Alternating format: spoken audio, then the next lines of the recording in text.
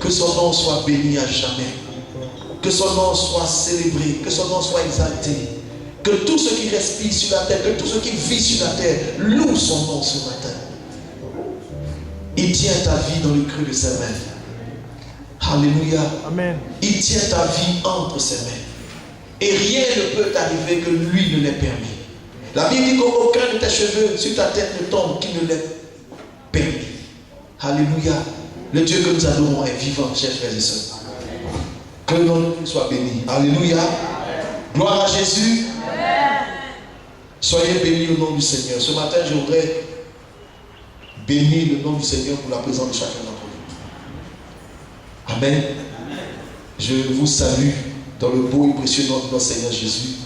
Et je suis très heureux ce matin de vous retrouver. Alléluia. Que Dieu vous bénisse. Que la grâce de Dieu repose sur ta vie. Que la bénédiction de l'Éternel soit ton partage. Ce matin, je prie que Dieu tourne ses regards sur ta vie ce matin. Et qu'il fasse briller sa lumière sur toi. Qu'il t'accorde tout ce que ton cœur désire au nom de Jésus. Amen. Alors nous, ce matin, nous sommes réunis pour nous approcher ensemble du Seigneur, mais d'une manière particulière, d'une manière spéciale. Alléluia. Le Seigneur nous a inspiré ce programme que nous avons appelé l'Hôtel des Parfums. Nous aurons donc l'occasion de parler de cela. Mais je voudrais déjà vous dire merci pour votre présence et d'avoir répondu à cet appel-là. Nous voulons ce matin nous donner l'occasion de prier. Gloire à Jésus. Amen. Amen. Vous savez, le monde est en train de courir vers sa fin, comme quelqu'un dirait à sa perte ou à sa perdition. Mais de plus en plus, les chrétiens sont en train de perdre l'habitude de la prière. Gloire soit rendue à Dieu. Et il nous a été vraiment, il a été urgent. Il y a eu une urgence dans notre cœur, à nos yeux, de pouvoir réunir le peuple de Dieu et d'avoir l'occasion de prier ensemble. Mais de prier vraiment une prière, de prier collectivement, mais aussi de prier en élevant nos voix à Dieu, de prier, n'est-ce pas, de manière biblique. Gloire à Jésus. Les disciples du Seigneur, un jour, lui ont dit, Seigneur, enseigne-nous, apprends-nous à prier. Alors ce matin, nous sommes vraiment à un moment de prière. Et nous voulons donc expliquer, avant de commencer, vraiment l'attitude que nous devons avoir quand nous prions, ou encore la position que nous devons adopter. Je crois que c'est un principe lié à la prière. Nous connaissons ces choses-là déjà. Car la Bible dit qu'il faut que ceux qui s'approchent de Dieu croient que Dieu existe et qu'il est le rémunérateur de ceux qui le cherchent. Je sais ce matin que nous tous ici réunis, nous croyons en Dieu. Nous savons que Dieu existe, n'est-ce pas? Nous avons foi en lui, nous avons confiance en lui. Mais Dieu t'a convoqué ce matin. Alléluia. Je voudrais que tu dises à quelqu'un ce matin à côté de toi, le Seigneur t'a convoqué ce matin. C'est une convocation solennelle qui t'a été adressée du haut de cette chair. Peut-être par une communication, une information, pour que tu puisses t'en souvenir. Certainement, un flyers ou un papier t'a été donné où il y avait ce programme qui était dessus. Et je veux vraiment te dire merci parce que tu as répondu à un appel divin. Gloire à Jésus. Nous sommes ici à un rendez-vous divin. C'est Dieu qui nous a demandé de réunir ses enfants afin que nous puissions élever nos voix vers lui. Je voudrais que tu considères ce matin que tu as été sélectionné au milieu de plusieurs personnes qui ont reçu cette information. Hier encore, nous avons eu le souci d'envoyer des SMS et certainement chacun dû recevoir un SMS qui nous invitait, n'est-ce pas, à venir à ce programme. Et je crois que Dieu va nous faire grâce. Alléluia. Amen. Alléluia. Amen.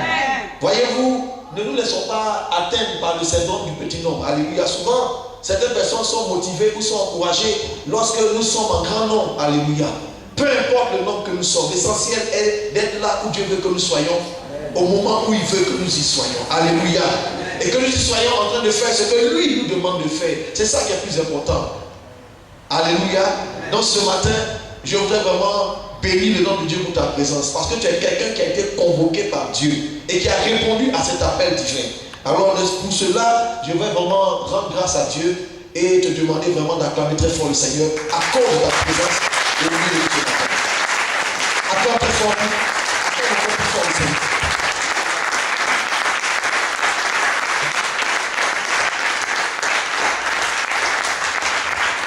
Jésus. Amen. Le thème donc que nous avons choisi pour initier, pour commencer, n'est-ce pas, ce programme. Ce thème s'intitule ou bien est ainsi libellé à ses pieds. Étant entendu que nous voulons apprendre, n'est-ce pas, comment nous approcher du Seigneur, comment nous tenir devant lui et quelle est l'importance, n'est-ce pas, de venir dans sa présence. Et une fois que nous sommes entrés dans sa présence, comment est-ce que nous devons nous tenir? Comment est-ce que nous devons nous comporter? Quelle attitude devons-nous avoir? Toutes ces choses-là, je vous assure, toutes ces choses-là déterminent, n'est-ce pas, la manière ou la promptitude ou le temps que Dieu va mettre à nous répondre. Peut être activé ou retardé, peut être reporté ou peut être immédiat, en fonction de l'attitude que nous avons lorsque nous nous approchons de lui. Nous allons ensemble ouvrir nos Bibles dans l'évangile de Luc, au chapitre 10. Nous allons suivre l'histoire d'une personne qui a été immortalisée dans les évangiles. Et la Bible, c'est le Seigneur Jésus-Christ lui-même qui a immortalisé cette personne. Je voudrais ce matin que vous puissiez être très attentifs. Si vous pouvez prendre des notes, vous prenez des notes. Mais que nous puissions ensemble regarder, n'est-ce pas, cette personne-là, son attitude et voir ce que cela a apporté. Et lorsque j'étais en train de prier, nous avons échangé, les pasteurs qui travaillent avec moi, nous avons partagé cela il y a quelques semaines. Et c'est ainsi que nous avons retenu ce thème-là pour pouvoir nous exhorter, nous encourager, pour pouvoir nous instruire quant à l'attitude à adopter devant le Seigneur. Gloire à Jésus. Amen. Et de comprendre également qu'au pied du Seigneur, il y a un mystère. Il y a un secret ou des secrets au pied du Seigneur. Gloire soit rendue au Père. Luc au chapitre 10, nous allons faire la lecture à partir du verset 38 jusqu'au verset 42. Et je vais vous demander de vous tenir debout afin qu'ensemble nous puissions faire cette lecture-là. Nous allons ensemble dans cette attitude-là honorer la parole de Dieu. Nous lisons ensemble. Comme Jésus était en chemin avec ses disciples, il entra dans un village et une femme nommée Marthe le reçut dans sa maison. Elle avait une sœur nommée Marie qui, s'étant assise au pied du Seigneur, écoutait sa parole. Marthe, occupée à divers soins domestiques, survint et dit: Seigneur, cela ne te fait-il rien que ma sœur me laisse seule pour servir? Dis-lui donc de m'aider. Le Seigneur lui répondit: Marthe, Marthe, tu t'inquiètes et tu t'agites pour beaucoup de choses. Une seule chose est nécessaire. Marie a choisi la bonne part qui ne lui sera point ôtée. Amen. Veuillez vous asseoir, les anciens. Père, nous te bénissons pour ta parole. Merci de nous faire du bien au travers de cette parole.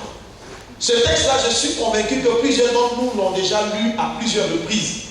Certaines personnes, peut-être même, ont déjà écouté des prédications à ce propos ou même ont déjà exhorté des personnes à ce sujet.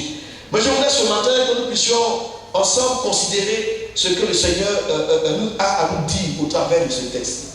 Voici donc le Seigneur Jésus-Christ qui est en compagnie de ses disciples. Il est en train de passer quelque part dans ce petit village. Ce village, c'est le village de Béthanie. Il passe dans cette bourgade et il va rencontrer quelqu'un. Il va rencontrer donc une femme. Cette femme s'appelle Marthe. Elle habitait dans ce village. Mais qu'est-ce qui s'est passé pour que cette femme donc accepte ou bien reçoive le Seigneur dans sa maison? Parce qu'elle ne le connaissait pas auparavant. Peut-être même qu'elle n'avait pas entendu parler de lui. Mais quand ils se sont croisés, alléluia, elle était la première parmi toutes les personnes qui vivaient dans sa maison à rencontrer le Seigneur. Et elle a fait quelque chose. Elle a invité le Seigneur à venir chez elle. Alléluia. À entrer dans sa famille. Et le Seigneur Jésus-Christ a accepté de suivre cette femme et d'entrer dans sa maison. Alléluia. Chaque fois que quelqu'un invite le Seigneur Jésus-Christ dans sa vie, quelque chose de merveilleux se produit. Alléluia.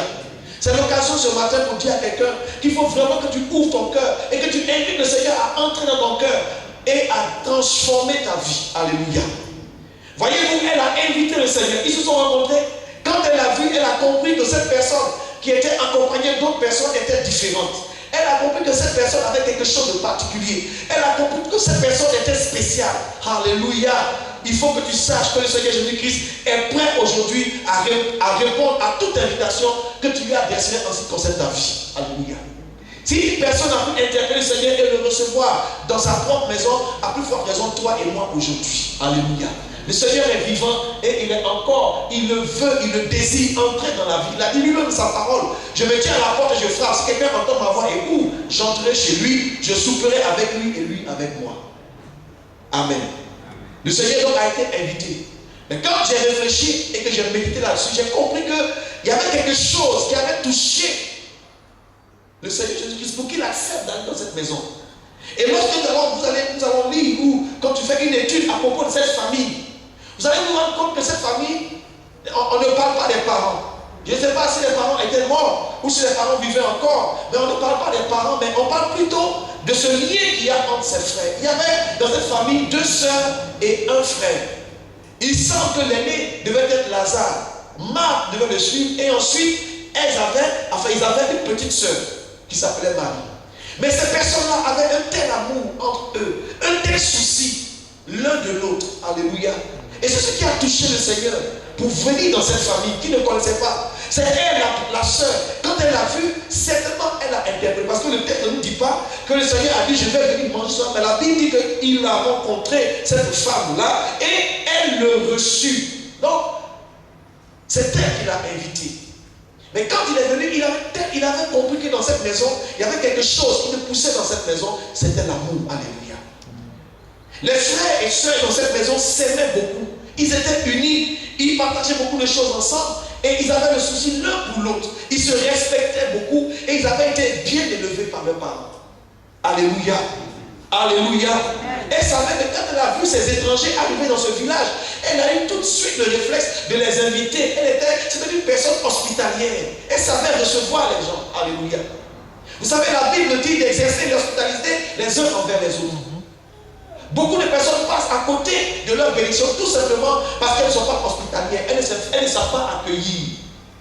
Elle ne connaît pas cette personne, mais elle l'invite dans sa maison à cause de l'hospitalité qui est dans son cœur.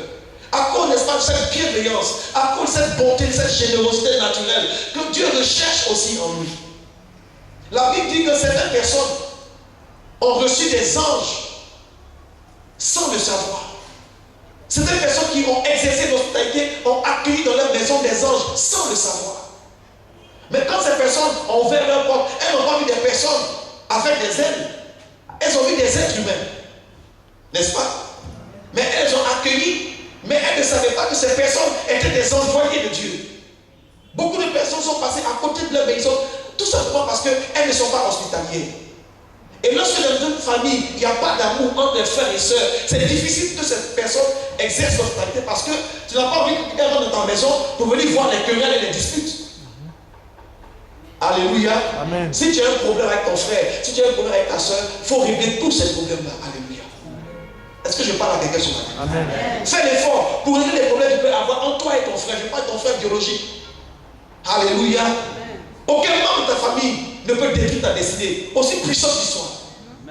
Aie confiance en celui qui vit et qui règne au siècle des siècles. Amen. Il a dit même qu'il nous envoie comme des brebis au milieu des loups. Il sait que les loups, n'est-ce pas, mangent. Les loups se nourrissent des brebis et c'est là-bas qu'il les envoie. Alléluia. Sois encouragé ce matin à faire la paix dans ta maison.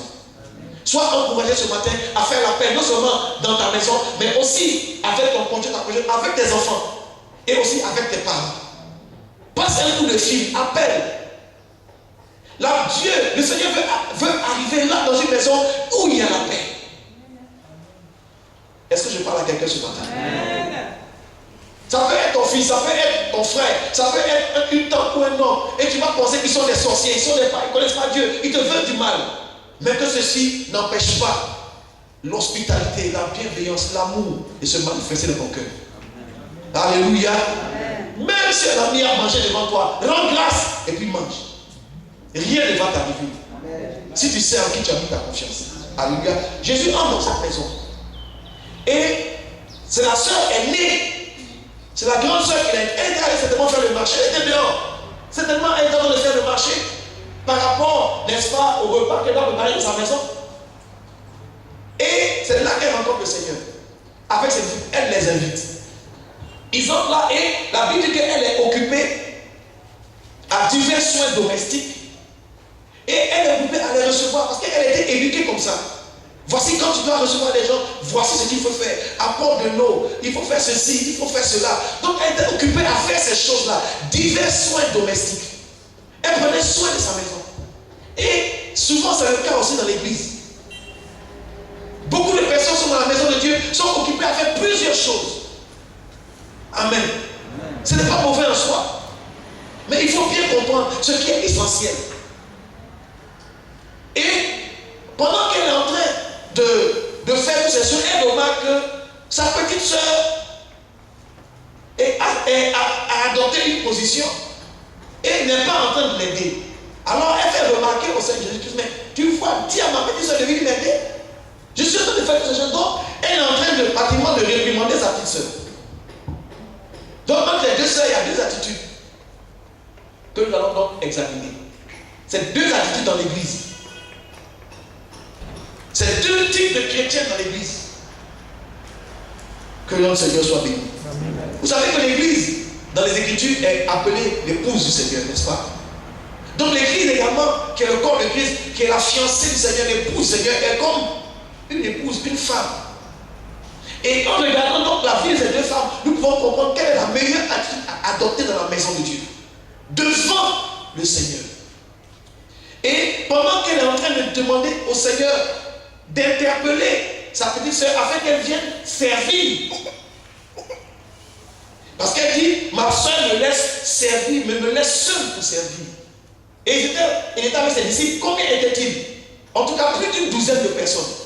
Et elle était en train de les servir seule. Et sa petite soeur avait adopté une attitude que je voudrais que nous puissions examiner. Le Seigneur va répondre à Marthe. Marthe, à deux reprises, il veut interpeller quelqu'un ce matin. Il veut dire Paul, et toi, André, Isabelle, Pauline, Chantal. Dieu veut interpeller quelqu'un ce matin. Et il dit, tu t'inquiètes et tu t'agis pour beaucoup de choses. Et c'est le cas de beaucoup d'entre nous dans l'église. Alléluia. Nous nous inquiétons et nous agissons pour beaucoup de choses. Oui, il n'y a pas ceci, oui, j'ai pas cela. Tellement de choses nous inquiètent. On s'agit, on court à gauche, à droite, on fait beaucoup de choses. Ce n'est pas mauvais en soi. Mais le Seigneur ici nous interpelle pour dire une seule chose est nécessaire. Alléluia. Dis à quelqu'un, une seule chose est nécessaire. Et Marie, ta petite soeur, a choisi la bonne part. Alléluia. Et cette part ne lui sera point ôtée. Quelle part Marie avait-elle choisi? Et on dit que cette part qu'elle a choisie ne lui sera pas ôtée. Il y a un choix que tu fais ce matin. Et alors, à partir de ce choix, il y a quelque chose qui ne pourra plus jamais être ôté de ta vie. Plus jamais on ne pourra ôter cela de ta vie. Il y a un choix à faire par rapport à une attitude à adopter. La Bible nous enseigne que Marie était assise au pied du Seigneur. Elle n'était pas juste assise, elle s'est assise et elle l'écoutait.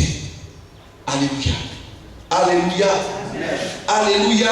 Amen. Elle s'est assise à ses pieds et elle l'écoutait. Ici, nous avons la première image que je voudrais vous comprendre ce matin. Marie est assise au pied du Seigneur. Si je vous demandais de voir dans votre esprit cette scène, qu'est-ce que vous voyez? Mais qu'est-ce que vous imaginez? Elle était assise au pied du Seigneur. Comment vous pouvez imaginer cette scène? Je veux que quelqu'un me décrive cette scène, si c'est possible. Oui. Jésus était assis. Il était assis comment? Sur une chaise confortablement. Sur une chaise. Et puis Marie était à même le sol. Elle était à même le sol, elle était sur un tabouret, elle était sur une chaise aussi. À même le sol. Elle était à même le sol. Devant, à ses pieds, quoi. Gloire à Jésus.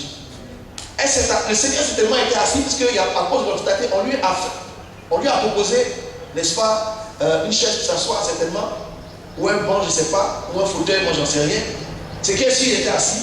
Et elle est venue s'asseoir à ses pieds, effectivement, elle s'est mise à même le sol. Elle s'est mise à même le sol. Je veux que tu regardes le sol sur lequel nous tenons et que tu te poses cette question. Es-tu capable toi aussi de te mettre à même le sol?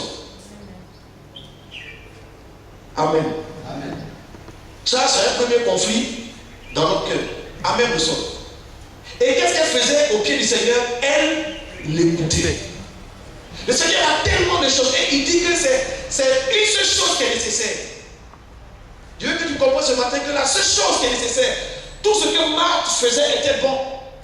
Il n'a pas dit que c'est mauvais. Mais il a dit que toutes ces choses-là, c'est de l'agitation. Tu t'inquiètes pour beaucoup de choses. Mais elle était en train de les mettre à l'aise. Elle s'occupait d'eux. C'est bien ces choses, mais il y en a une seule qui est nécessaire. Et c'est la bonne part. C'est d'être quoi? À même le sol, au pied du Seigneur pour l'écouter.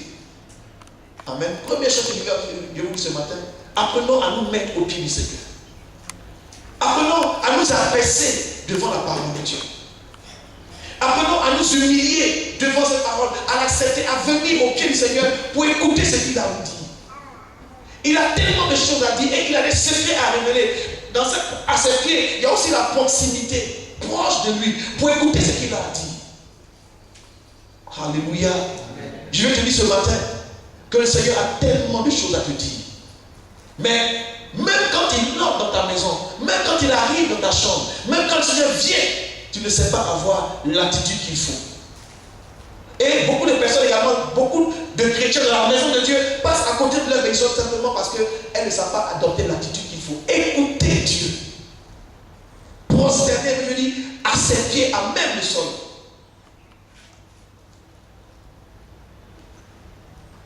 Il y a une fois,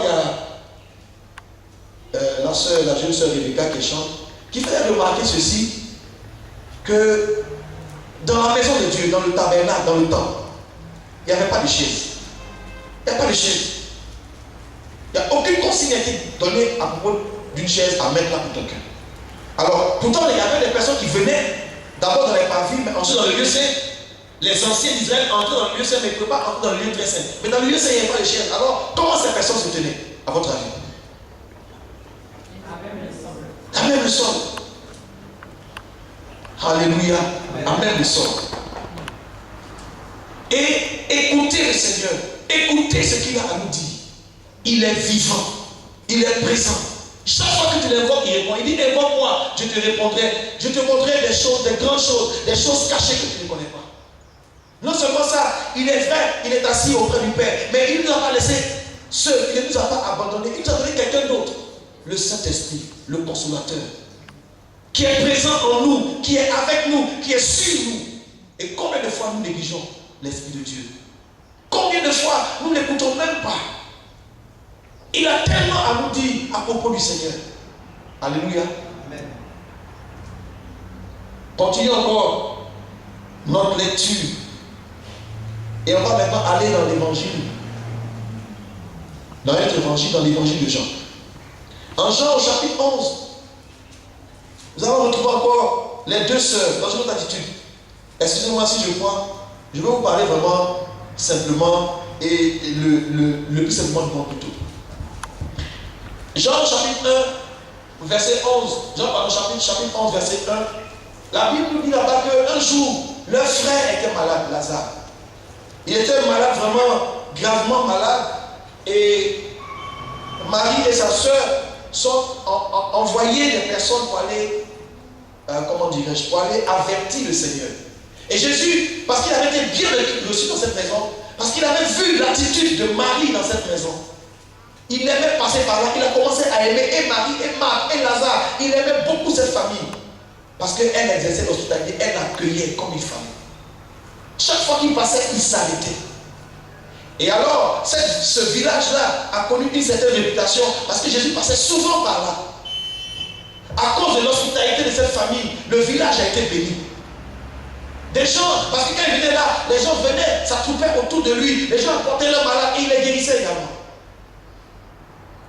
Alors Lazare lui-même est tombé gravement malade, mais Jésus n'est pas venu immédiatement. Je veux dire à quelqu'un, le Seigneur ne viendra jamais avant l'heure. Mais sois rassuré, il ne viendra jamais en retard. Amen. Au point opportun, il sera là.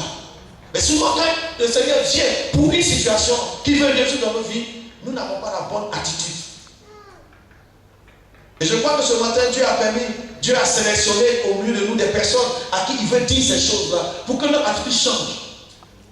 Et qu'au travers de l'attitude qui a changé dans ta vie, que ceux qui vont venir aussi puissent voir une différence. Quelque chose de nouveau. Quelque chose de nouveau. Alors, Jésus n'est pas venu immédiatement. Il savait dans son esprit que Lazare qui était malade, qui était sur le point de mourir, et il dit à ses disciples, Lazare, il n'est pas mort, il dort.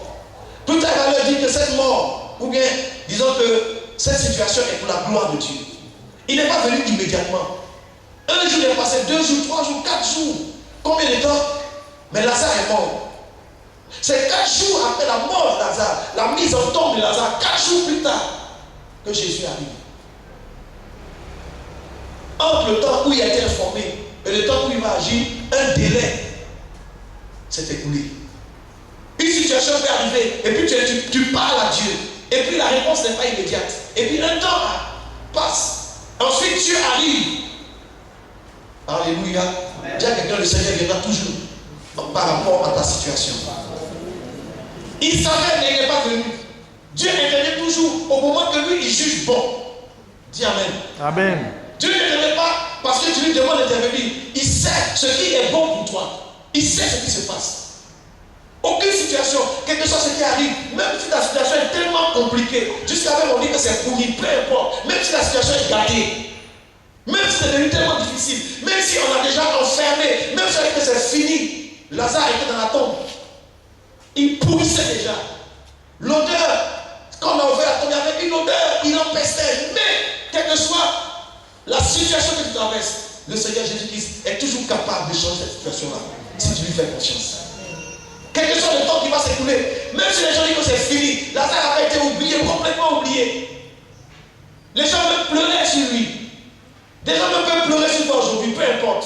Alléluia. Attends seulement que le Seigneur intervienne dans ta situation, mais reste calme et adopte la bonne attitude, car certainement il interviendra. Amen. Alléluia. Alléluia. Et Jésus, il est resté, il a d'abord attendu, il n'est pas venu tout de suite. Et quand il décide de venir, alors il arrive au verset 17, Jean 11, verset 17. Jésus étant arrivé, trouva que Lazare était déjà depuis 4 jours dans la tombe. 4 jours que Lazare est mort, enterré. Les gens ont pleuré, le funérail, les obsèques, l'organisation, tout a été fait. Les condoléances sont présentées. Et on vient consoler maintenant les sœurs dans leur maison. On n'a pas vu le Seigneur. Où était-il, votre ami? Alléluia. Alléluia. Des gens peuvent te consoler en te disant, mais où est ton Dieu? Alléluia. Où est ton Dieu?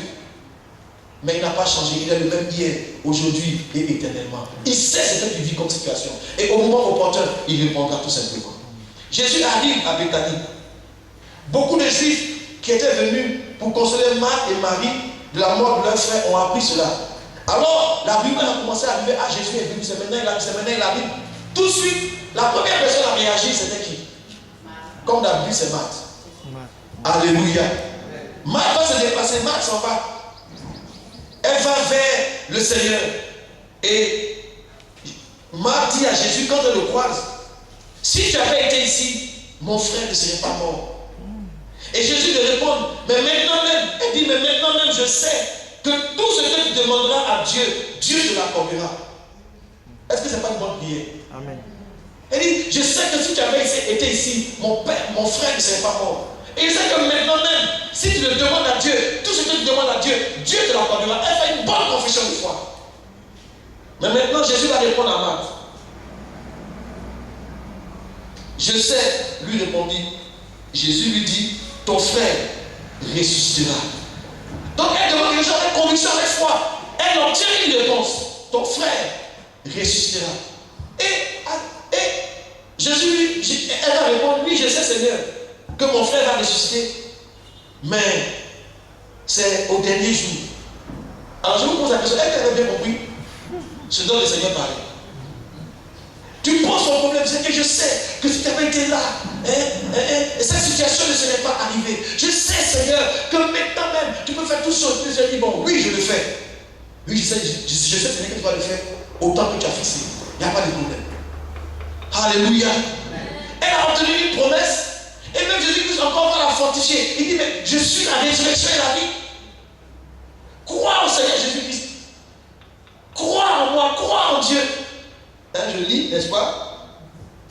Marc dit, je sais qu'il ressuscitera à la résurrection au dernier jour. Jésus dit, je suis la résurrection et la vie. Celui qui croit en moi vivra, même s'il meurt. Et quiconque vit et croit en moi ne mourra jamais. Crois-tu cela? Marc répond, oui Seigneur, je le crois. Je crois que tu es le Christ, le Fils de Dieu qui devait vivre dans le monde. Et après avoir ainsi parlé, elle s'est en allée. Qu'est-ce que Jésus a fait pour elle? Il n'a rien fait. Il est venu pour la situation. Mais il n'a pas agi. Elle a rencontré le Seigneur. Alors imaginez, je veux que vous puissiez imaginer maintenant quelle était cette scène. Comment ça s'est passé à votre avis? Ils sont croisés dans la maison de quelqu'un? Non.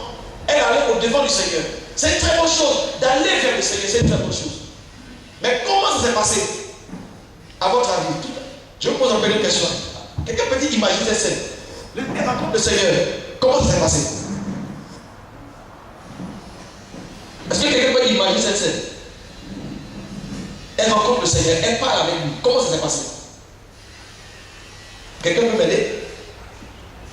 Quelqu'un peut m'aider? Comment ça s'est passé à votre avis? Oui. Certainement que comment on appelle ça, ceux qui étaient venus nous faire le yapo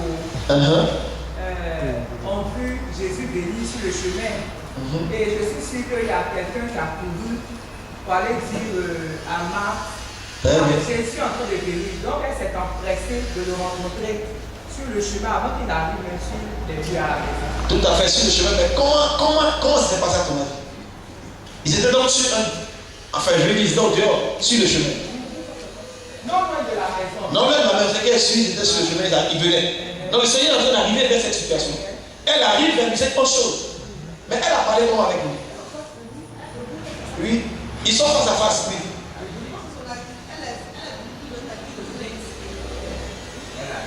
Et voilà, oui. Elle a arrêté devant lui. Donc il parle, les deux sont debout.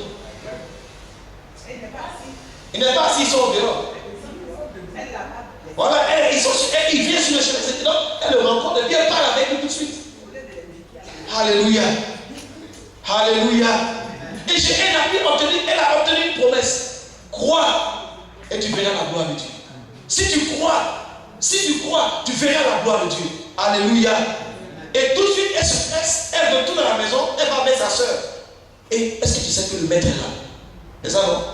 La suite. Elle s'en alla, puis elle appela secrètement Marie, sa soeur, et lui dit, le maître est ici et il te demande. On va voir maintenant une autre catégorie de chrétiens pour la même situation. Et la Bible dit que Marie, dès qu'elle a entendu cela, va se lever comment? Elle se lève promptement. Il y a des moments où il faut te lever vite pour agir. Il y a des moments où tu peux dire, bon, je lève, bon, ça, mais il y a des moments où il faut réagir comment? Il faut réagir vite. Fais-le vite. Et elle va courir. Elle va vers le Seigneur. Car Jésus n'était pas encore entré même dans le village. Il n'est même sur le Seigneur, il n'est pas encore arrivé au village. Et il était encore là où le Seigneur, Marie, où Marc l'avait rencontré. Donc ils étaient dans un lieu public. Ce n'était pas dans une maison. Et même les Juifs qui étaient avec Marie, quand ils ont vu Marie sortir, ils sont sortis parce qu'ils pensaient qu'elle allait pleurer. Ils pensaient qu'elle allait au cimetière. Parce qu'elle avait tellement de chagrin. Donc ils l'ont suivi pour la consoler, pour l'attraper. Et donc elle va directement là où Marc l'avait rencontré. Et lorsqu'elle arrive là-bas, elle fait quelque chose. Les Juifs qui étaient avec Marie dans la maison qui la consolaient, l'ayant vu se lever promptement et sortir, la suivi en disant, elle va au sépulcre, elle va au tombeau, elle va au cimetière pour y pleurer. Mais lorsque Marie fut arrivée là où était Jésus au verset 32, et qu'elle le vit, il y a une différence. Elle a fait quoi? Elle tomba. C'est ça, non, bien.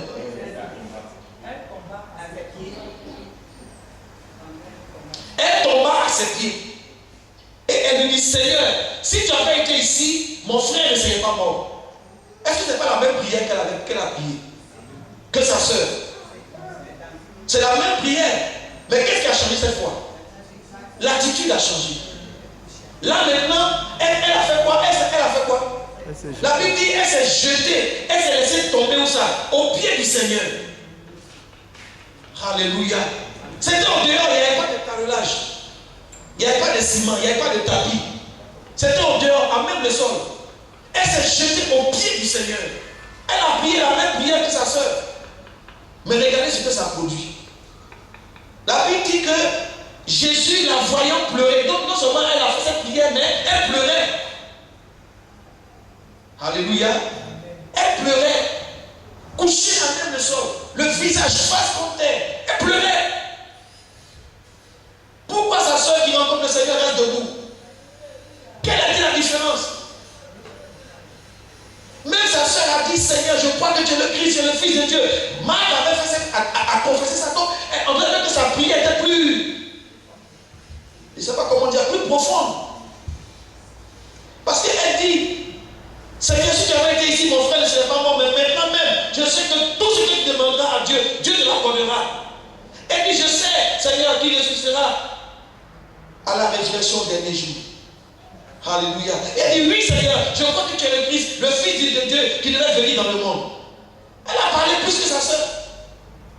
Mais quelle attitude elle avait? Elle était debout. Mais sa soeur Marie, parce qu'elle avait compris ce qui était nécessaire, c'était où ça?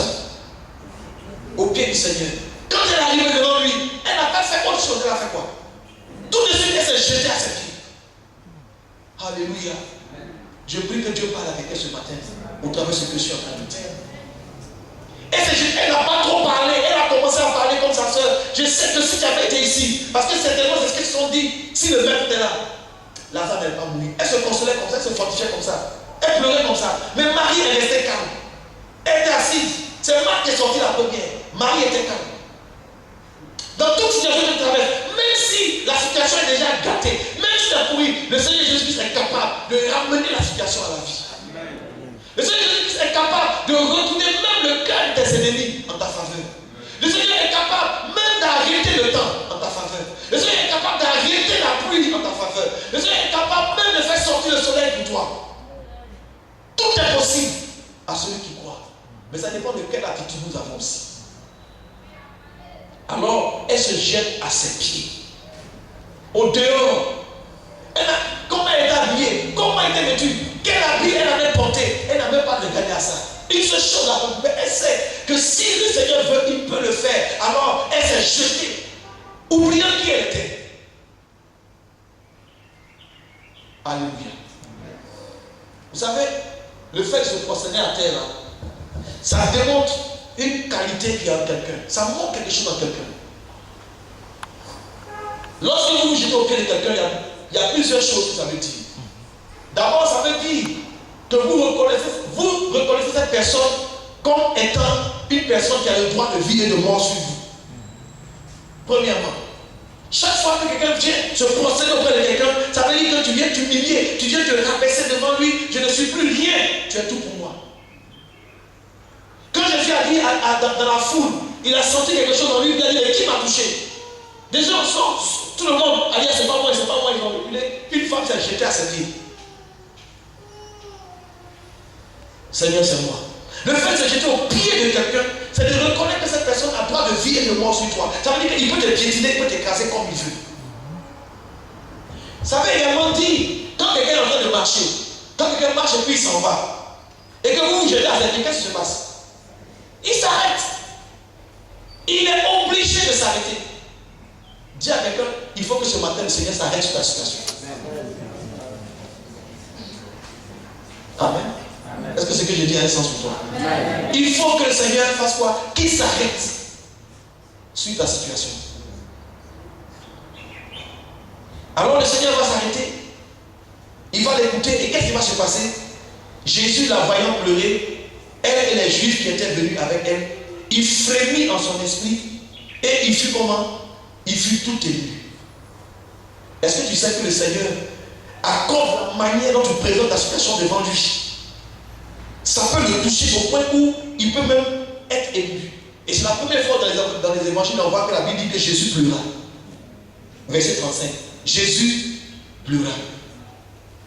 Il a été touché, il a été ému. Je te dis qu'il n'y a pas une situation qui ne touche pas le Seigneur. Il est venu, mais quand sa sœur, la grande Marthe, l'a abordé, il n'a pas été ému. Ou bien? Mais lorsque Marie est venue, parce qu'elle avait une habitude, elle savait qui était celui-là. C'est pas dans la bouche seulement qu'on dit que tu es Seigneur, mais c'est aussi comment? Dans la position qu'on adopte. Cette position est révélatrice du fond qui est en toi.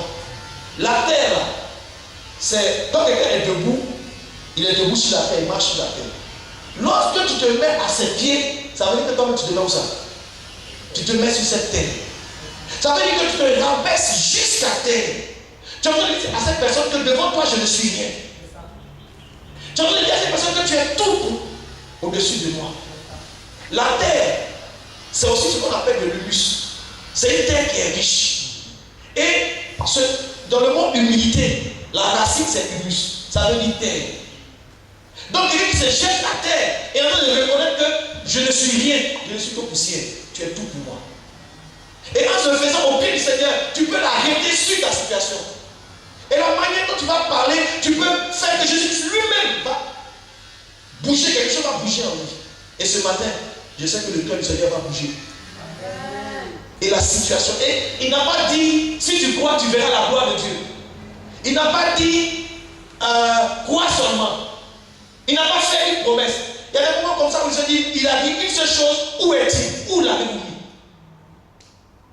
Où l'avez-vous mis? En ce moment-là, il pleurait, il a dit, où l'avez-vous mis? Les gens disent, voyez comme il aimait Lazare. Il dit, où l'avez-vous mis? Ce matin, Dieu va dire à quelqu'un, où est le problème? Montre-moi, où ça est? Et automatiquement, il allait vers la tombe, ils sont allés au cimetière.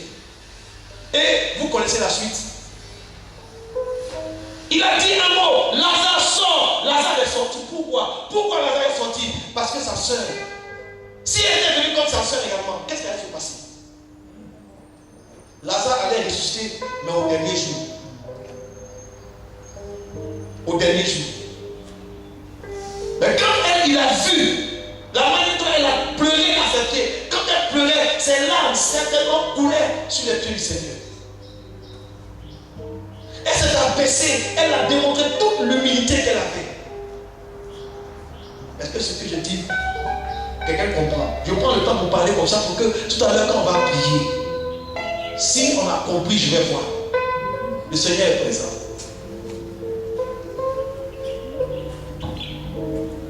Où l'avez-vous mis? Où l'avez-vous mis? On dit, oh Seigneur, c'est pas la peine. Ça fait déjà 4 jours, son corps est déjà décomposé, la pourriture, ça va sentir. Où l'avez-vous mis? Ah Seigneur, ça fait combien de mois que je ne travaille pas vraiment, on va me renvoyer. On a terminé les bagages dehors, patati patata. Où est le problème? Ce matin-là, on va prier à Dieu. Je me tiens sur la parole Seigneur, je déclare que tout à l'heure, le Seigneur va faire quelque chose pour quelqu'un. Amen. Et la même, et parce qu'elle s'est jetée à ses pieds, Lazare est ressuscité. Lazare est devenu une star. Lui qui était inconnu, lui qui était même mort, oublié, abandonné. Alléluia. J'ai dit à quelqu'un ce matin, à cause de la grâce de Dieu, à cause de ta position, des personnes même qui étaient, des gens viendront pour voir comment Dieu a relevé quelqu'un, comment Dieu a guéri quelqu'un, comment Dieu a agi. Des gens vont venir, les gens sont venus de partout, ils voulaient à Béthanie. Pourquoi? Ils voulaient voir. Il paraît que, on dit que, il a fait ça. Alléluia, Dieu va faire, ta vie va commencer à tirer. Des gens viendront pourquoi? Pour voir ce que Dieu est en train de faire avec toi. Pour voir comment Dieu t'a relevé, comment il t'a fait sortir. Et je vais terminer maintenant dans la troisième attitude qu'elle a eue. Alléluia. Est-ce que ce que je dis sanctifie quelqu'un? Amen. Allons maintenant dans Jean, le chapitre suivant, au chapitre 12. Et il y a donc, quelques jours après, à 2 jours pratiquement de la fête de Pâques, il y a un lépreux qui s'appelle Simon, qui est à Béthanie également, qui a invité Jésus dans sa maison. Et il y a eu un repas qui a été donné. Et la Bible dit que 6 jours avant la Pâque, Jésus est arrivé à Béthanie où était Lazare qui avait ressuscité de mort. Là où on lui fit un souper. Dans d'autres passages, en Marc 14, à partir du verset 3, et dans Matthieu 26, à partir du verset 6, vous trouvez la même scène. Et là-bas, on dit que c'était dans la maison de Simon le lépreux. Marthe, elle est venue dans cette même maison. Et ce n'était pas chez elle à la maison. C'était chez Simon le lépreux. Mais arrivé là-bas, qu'est-ce qu'on voit? Marc faisait quoi encore? Là, on lui fit un souper. Marc faisait quoi? Marc servait. Ça veut dire que la même chose, toujours, elle est dans son même truc là. Il y a des chrétiens qui vont leur dire jusqu'à ils ne comprennent pas. Ça va, c'est bien. Mais il y a une chose qui est importante. Il faut faire les choses selon que Dieu veut. Elle savait que c'est comme ça qu'on l'a élevée. C'est comme ça qu'on l'a éduquée. Elle ne faisait que transmettre son éducation, sa bonne éducation. Si on fait comme ça, c'est bon. C'est vrai qu'on regarde les autres, ça peut être bon. Mais qu'est-ce que Dieu veut qu'il soit fait? C'est ça qui est le plus important. Pendant qu'elle était à table, Lazare aussi était à table. Les gens sont venus pour voir Lazare. Et même les juifs, même les sacrificateurs voulaient faire mourir Lazare. Parce que Lazare était devenu star. Tout le monde parlait de Lazare. On venait à cause de Jésus, mais on venait aussi à cause de Lazare. Mais Lazare est sorti vivant du tombeau parce qu'il y a quelqu'un qui s'est jeté au pied du Seigneur. Et elle, Marie, qu'est-ce qu'elle va faire? Des gens étaient encore à table. Marc, même chose, toujours en train de servir, occupé, préoccupé, faisons comme ci, faisons comme ça, faisons comme ci, faisons comme ça. Pendant ce temps, Marie a eu une autre attitude. Est-ce que quelqu'un me comprend? Elle allait acheter un parfum d'un prix très très très élevé. C'était de l'essence de parfum, c'est-à-dire c'était un parfum de nard pur, c'est-à-dire c'était une tellement petite dans un vase d'albâtre. Ce parfum coûtait plus de 300 deniers. Et elle vient avec un tel parfum. Pendant que Jésus est assis dans cette maison, la Bible dit qu'elle va prendre ce vase et elle va casser ce vase. L'odeur va se répandre dans toute la maison. Et elle va prendre de ce parfum pour verser sur la tête du Seigneur. Et aussi pour verser sur ses pieds. Alléluia. Qu'est-ce qu'elle avait trouvé au pied du Seigneur? Et elle va essuyer les pieds du Seigneur avec ses cheveux. Et regardez sa position. Comme ça, elle fait sur ses pieds. Et puis elle fait comment? Elle se penche et puis elle prend ses cheveux. Et puis elle essuie ses pieds. À cette époque-là, les gens ne prenaient pas des souliers fermés. Ils étaient en sandales. Les routes, les chemins n'étaient pas boutonnés. C'était plein de poussière. Oh, la Bible nous enseigne que la gloire de la femme, c'est quoi? Ce sont ses cheveux. Elle a pris tout ce qu'elle est, tout ce qu'elle estime. Quand on dit quelqu'un a la gloire, elle a pris sa gloire pour mettre ça où ça? Au pied du Seigneur.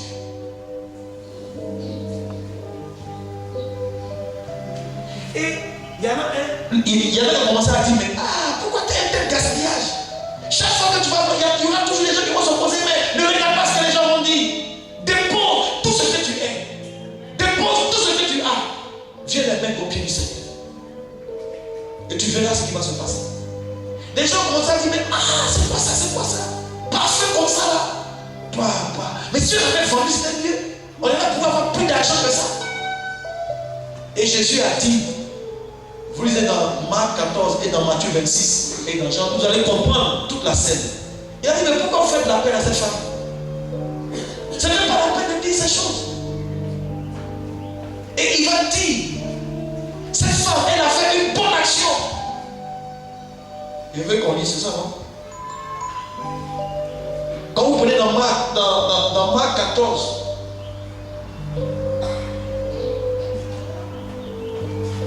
à partir du verset 3, vous voyez que c'est dans la maison de Simon le lépreux. Elle tenait un vase à bas qui renfermait un grand prix de nard pur, de grand prix, et ayant rompu le vase, elle répandit le parfum sur la tête du Seigneur. Et Jésus au verset 6 dit, laissez-la. Pourquoi lui faites-vous de la peine? Elle a fait une bonne action à mon égard. La Bible dit qu'ils ont dit ça parce que celui qui parlait comme ça, c'était Judas. Et la Bible dit que Judas était un voleur. Parce qu'il tenait la bourse, il prenait tout ce qu'on lui mettait. Un voleur. Et ça a tellement énervé Judas. Vous savez ce que Judas a fait? C'est là que Judas est sorti de là. Et puis il allait voir les pharisiens, les sacrificateurs, pour aller vendre Jésus. Combien? 30 pièces. On pouvait vendre à 300 deniers. Ça devait tellement mal Il pensait que ça lui allait chez là, il allait vendre Jésus pour 30 pièces. Mais cette femme, Jésus dit, elle a fait une bonne action, mais il a immortalisé cette femme. Il a dit, partout où l'évangile sera prêché, partout où la bonne nouvelle sera prêchée, alléluia, partout, les gens se souviendront de cette femme. On parlera de cette femme. Et je vais dire,